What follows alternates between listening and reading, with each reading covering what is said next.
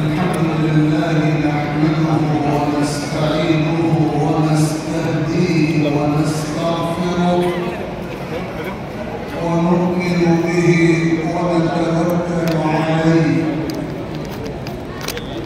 ونعوذ بالله من شرور أنفسنا ومن سيئات أعمالنا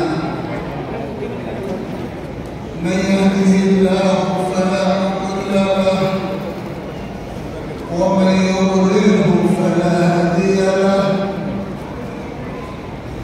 ونشهد أن لا إله إلا الله وحده لا شريك له ونشهد أن سيدنا ونبينا وحبيبنا وإمامنا ومولانا محمدا عبده ورسوله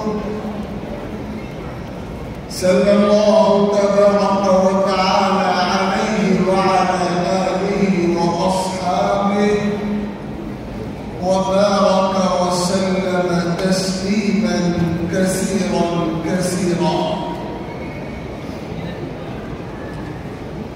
أما بعد فأعوذ بالله من الشيطان الرجيم. بسم الله الرحمن الرحيم. يا أيها الذين آمنوا إن تطيعوا فريقا من الذين أوتوا الكتاب يردوكم بعد إيمانكم كافرين وكيف تكفرون وأنتم تتلى عليكم آيات الله وفيكم رسوله ومن يعتصم بالله فقد هدي إلى صراط مستقيم. صدق الله ربنا العلي العظيم.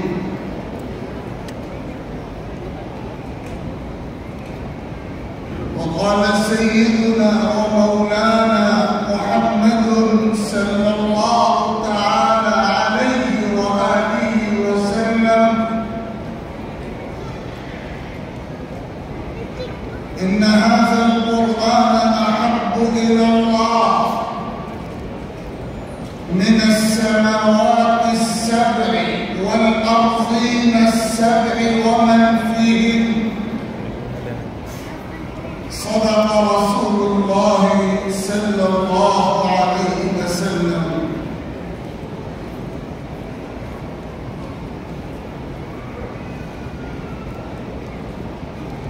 قابل احترام بزرگوں برادران اسلام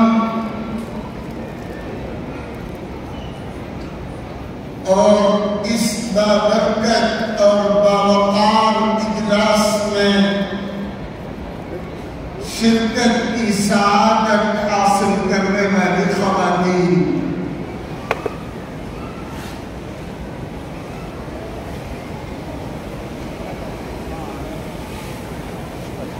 اللہ کا فضل ہے کہ اس میں اپنے کلام مجید قرآن مقدس کے عنوان سے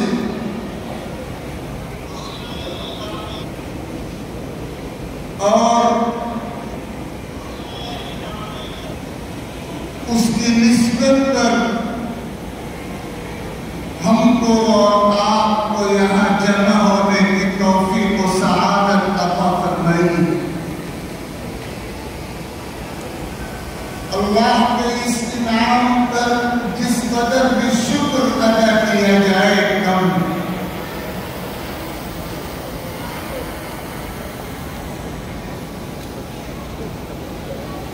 MS ایجوکیشن اکیڈمی کے زیر اہتمام حفظ قرآن مجید کے اس خاص شعبے کے زیر سایہ ایک بڑی اور قابل رشک تعداد میں طلبا اور طالبات نے عصری تعلیم کے ساتھ ساتھ حفظ قرآن مجید کی تکمیل کا اعزاز حاصل کیا ہے۔ واقعہ یہ ہے کہ یہ بہت قابل قدر، قابل تحسین و توصیف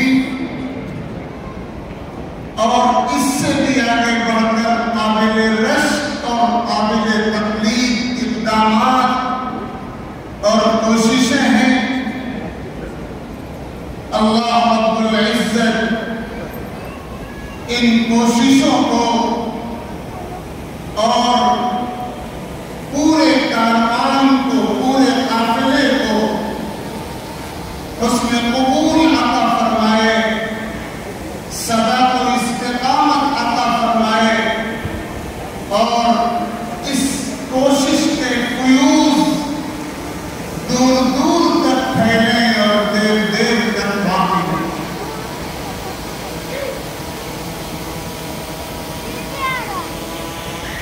میں اس بابار موقع پر اللہ رب العزت کی بارگاہ قدس میں کلمات شکر ادا کرنے کے بعد یہ ضروری سمجھتا ہوں کہ یہ پورا تعلیمی قافلہ جو ایم ایس کے زیر اہتمام سرگرم ہے،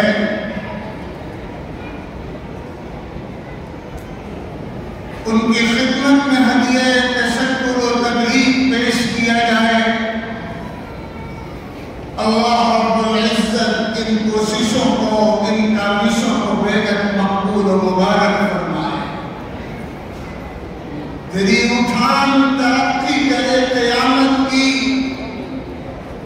تیری اٹھان ترقی کرے قیامت کی، تیرا شباب بڑھے عمر جاویدہ کی طرح۔ اللہ رب العزت مزید توفیقات سے مالا مال فرمائے۔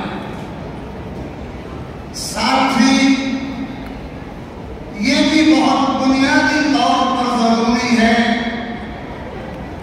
کہ وہ طلبا اور وہ طالبات، وہ معصوم نونہال جن کا یہ پورا قافلہ یہاں رونق افروز ہے، جن کے سینوں میں کلام مجید کے الفاظ محفوظ ہیں، اللہ رب العزت ان نونہالوں، ان طلبا، ان طالبات، ان کے والدین، ان کے اساتذہ، ان کے سرپرستان، ان کے گارڈینز اور تمام ذمہ داران و معاملین کو بے حد جزائے خیر عطا فرمائے۔ بارک اللہ فیہم وکسر امثالہم ونور قلوبہم۔ آج کی اس مجلس میں اللہ کے فضل سے سامعین و خواتین کا قابل قدر مجمع محض کلام الہی کی نسبت میں موجود ہے۔ میں سب سے پہلے بڑی وضاحت کے ساتھ اور بڑی قوت کے ساتھ یہ بات آپ سبھی کی خدمت میں عرض کر دینا چاہتا ہوں۔ اچھی طرح یاد رکھا جائے، اللہ تعالیٰ کے کلام سے ربط و تعلق اور قرآنی تعلیم اور دینی اور اخلاقی تربیت کی آج کے حالات میں ہمارے لیے اور ہماری نسلوں کے لیے، ہمارے گھروں کے لیے اور ہمارے خاندانوں کے لیے ایمان اور یقین اور کردار اور اخلاق کی حفاظت کا واحد ذریعہ ہے۔ ہمارے پاس اپنے اور اپنی نسلوں کے ایمان کے تحفظ کے لیے، اپنی اور اپنی اولاد کے کردار کی حفاظت کے لیے اس کے سوا کوئی راستہ نہیں ہے کہ اللہ کے کلام مجید سے ہمارا رشتہ مضبوط ہو جائے۔ یہ رشتہ علمی بھی ہو، یہ رشتہ فکری بھی ہو، یہ رشتہ نظریاتی بھی ہو، یہ رشتہ عقلی اور قلبی بھی ہو، اور یہ رشتہ جذباتی بھی ہو اور عملی بھی ہو۔ اللہ کے کلام سے رب کی استواری، اللہ کے کلام سے تعلق کا استحکام اور دینی، قرآنی، اخلاقی تعلیم اور تربیت، یہی وہ واحد راستہ ہے جس پر چل کر ہم اپنے ایمان و کردار کی حفاظت بھی کر سکتے ہیں اور اپنی نسلوں اور اپنی اولاد اور اپنے اہل خانہ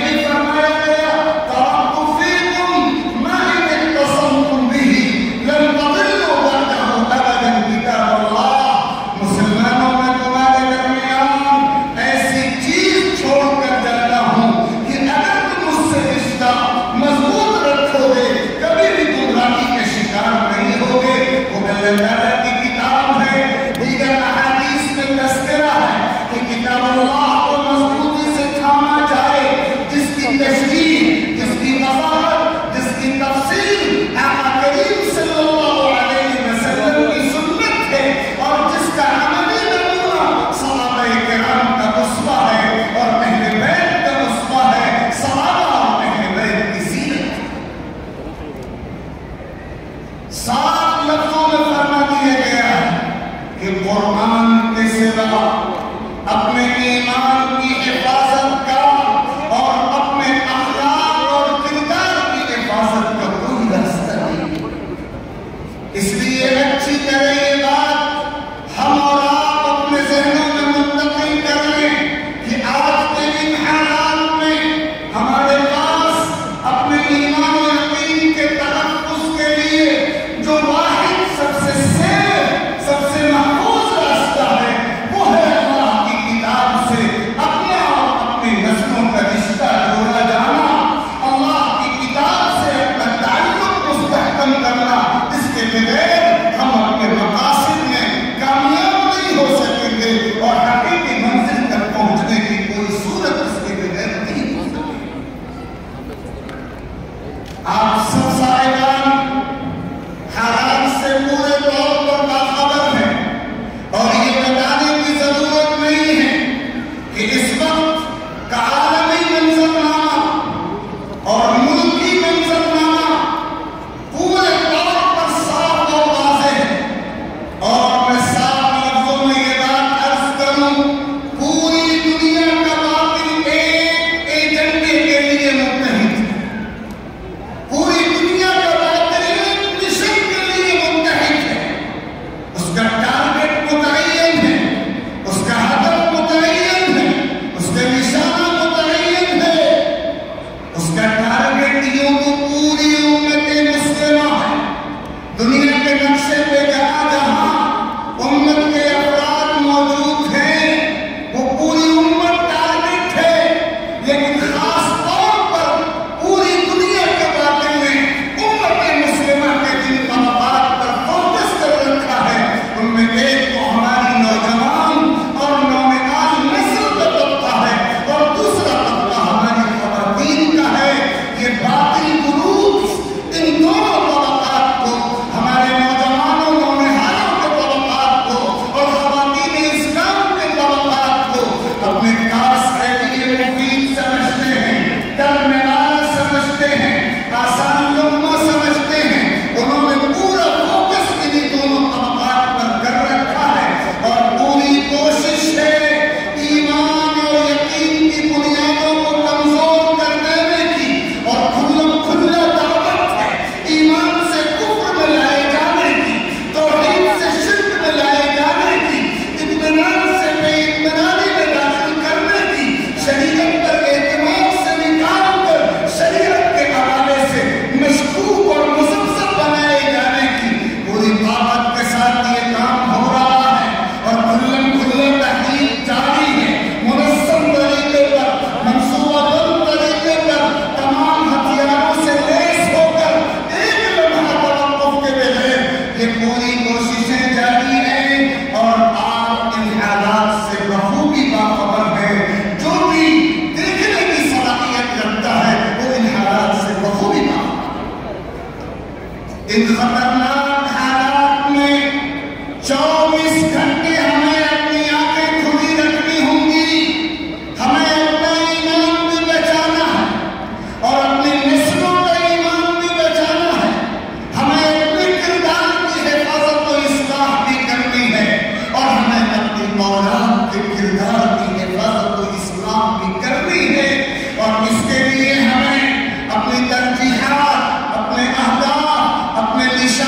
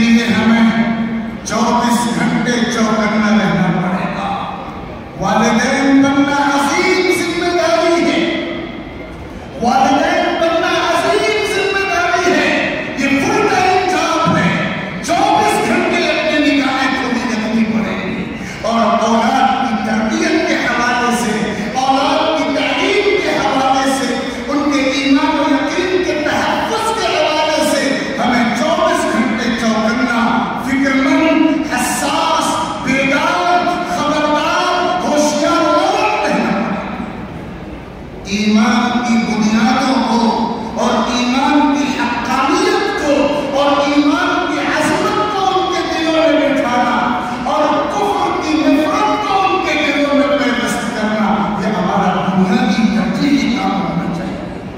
اچھی طرح یاد رکھیے، اللہ کی اس زمین پر کفر کی غلاظت سے بڑی کوئی غلاظت نہیں ہے۔ اللہ کی اس زمین پر عقیدے کی بگاڑ سے زیادہ قابل نفرت کوئی چیز نہیں ہے۔ ہمیں اپنی اولاد کے دماغوں میں یہ حقیقت پیوست کرنی ہے، ان کے شعور میں اس حقیقت کو پیوست کر دینا ہے اور ان کی ایسی ذہن سازی کرنی ہے کہ پھر وہ زندگی کی آخری سانس تک کسی باطل سے متاثر نہ ہو سکے۔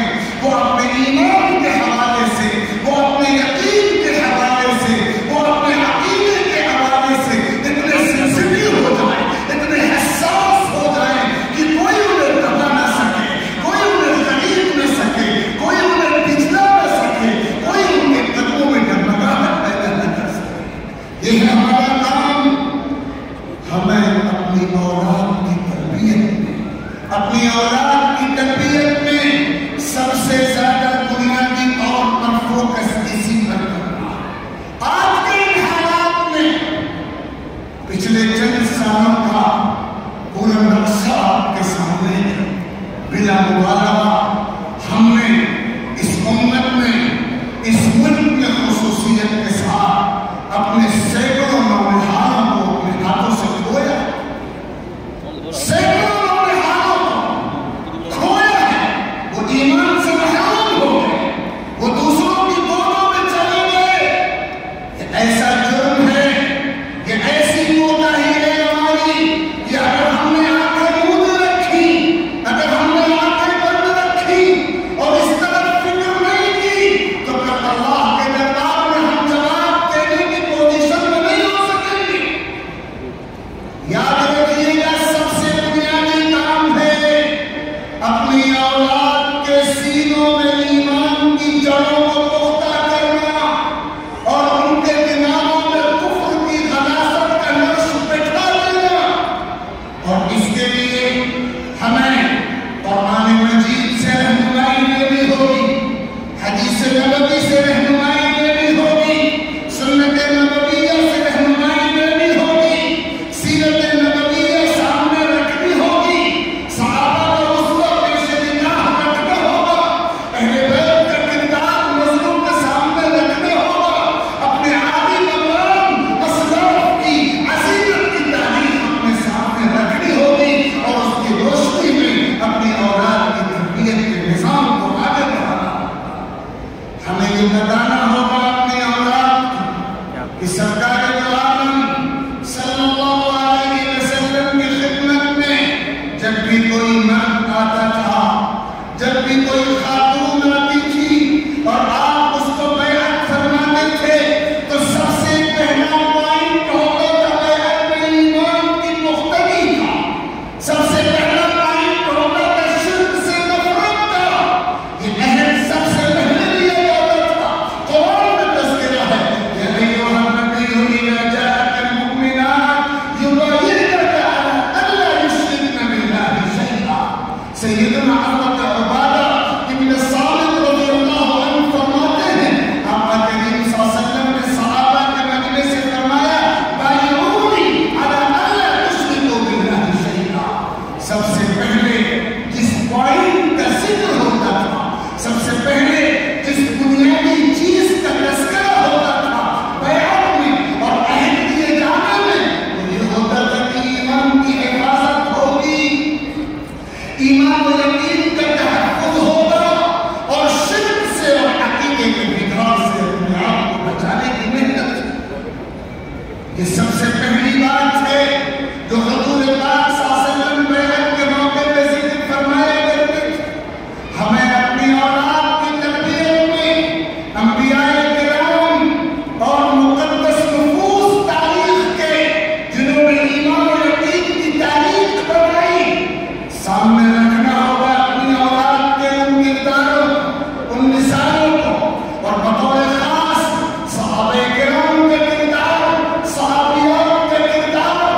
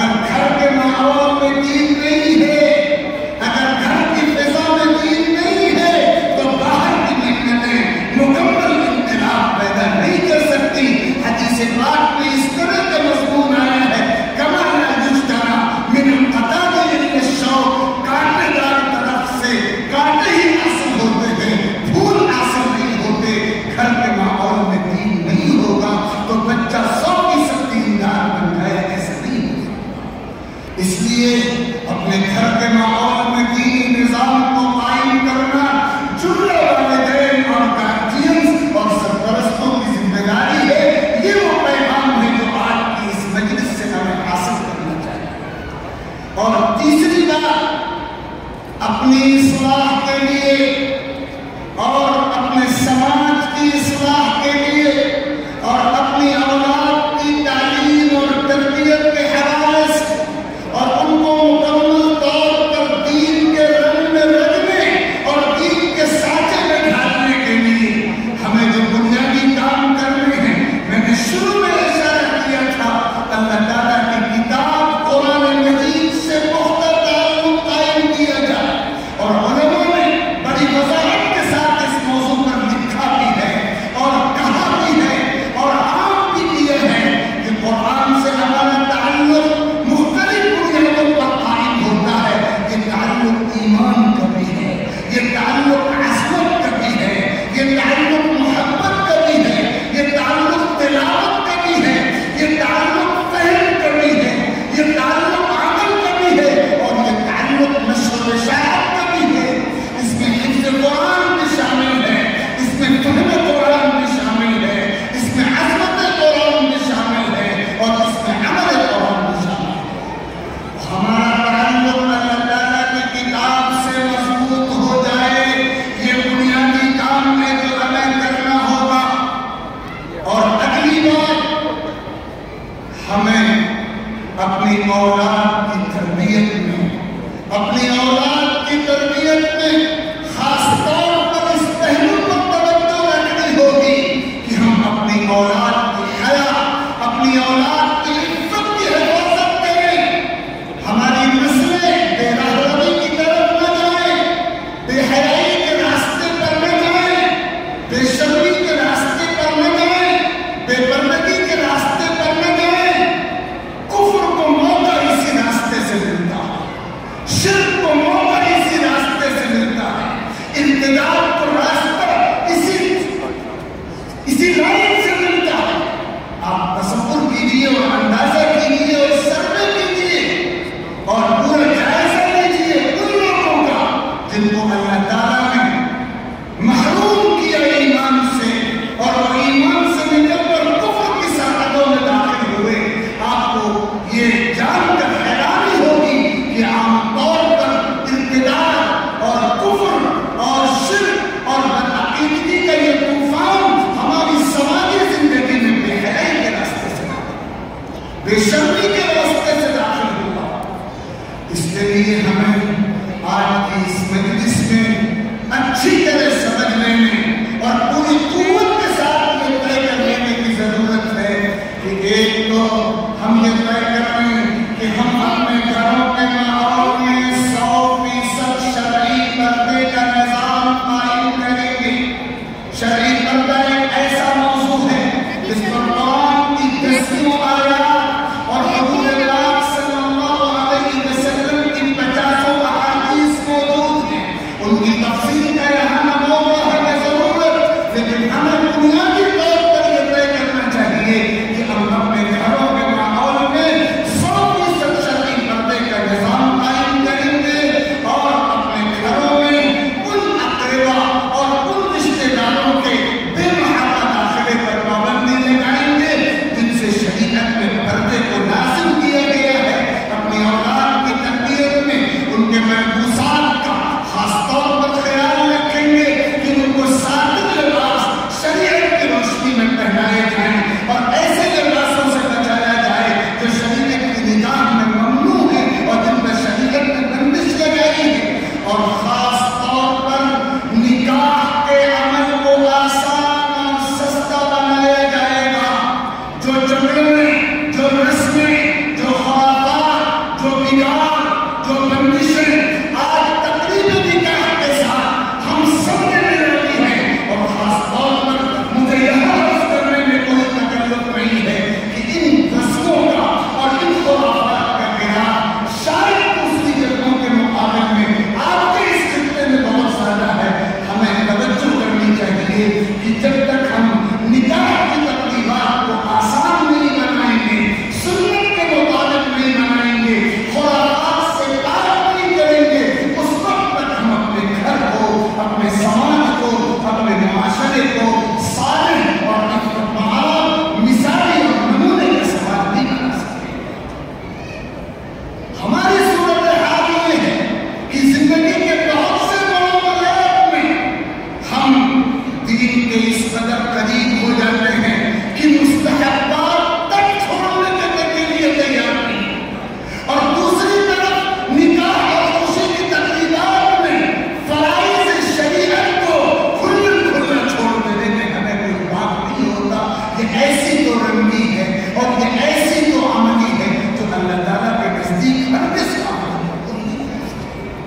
ان سب کے ساتھ ساتھ ہمیں اپنی اولاد کی تربیت میں انہیں غلط صحبتوں سے بچانے کے اہتمام کی بھی ضرورت ہے، ان کی جملہ ایکٹیویٹیز پر نظر رکھنے کی بھی ضرورت ہے، اور ساتھ ساتھ خصوصی طور پر دعاؤں کے اہتمام کی بھی ضرورت ہے۔ قرآن مجید کی آیات میں بھی اور سرور کائنات صلی اللہ علیہ وسلم کی احادیث میں بھی ایسی دعائیں سکھائی گئی ہیں جن کی نظر سے ہم اپنے گھر کے ماحول کو، اپنی اولاد کو پاک باز، عفت مآب، صاحب ایمان، پختہ ایمان والا، کامل ایمان بنائے رکھنے میں مدد لے سکتے ہیں۔ قرآن مجید میں سورہ آل عمران میں بالکل شروع میں یہ دعا مذکور ہے، ربنا لا تزغ قلوبنا بعد إذ هديتنا وهب لنا من لدنك رحمة إنك أنت الوهاب۔ اے ہمارے رب، ہدایت کی نعمت عطا کیے جانے کے بعد ہمارے دلوں کو گمراہ و کج مت فرمائیے اور اپنی خاص رحمتوں سے مالا فرمائیے۔ آپ بہت عطا فرمانے والے ہیں۔ ربنا لا تجعلنا فتنة للذین کفروا۔ اے ہمارے رب، ہمیں کافروں کے لیے فتنہ مت بنائیے اور کافروں کے فتنے میں آنے والا مت بنائیے، اور ہمیں آزمائشوں سے بچائیے، خطرات سے بچائیے، دشمنوں کے حملوں اور مددوں سے بچائیے۔ اس دعا کے عمومی مضمون میں یہ ساری باتیں شامل ہیں۔ اس کے علاوہ بہت سی دعائیں، یہ وہ چند باتیں تھیں جو اس وقت میرے ذہن میں آئیں اور میں نے آپ کی خدمت میں عرض کی۔ حالات آپ کے سامنے ہیں، اور خاص طور پر جو حالیہ واقعات اور تازہ حالات ہمارے ملک کے ہیں، اور پوری امت ایک عجب بے چینی اور اضطراب کے عالم میں ہے۔ مجھے یہاں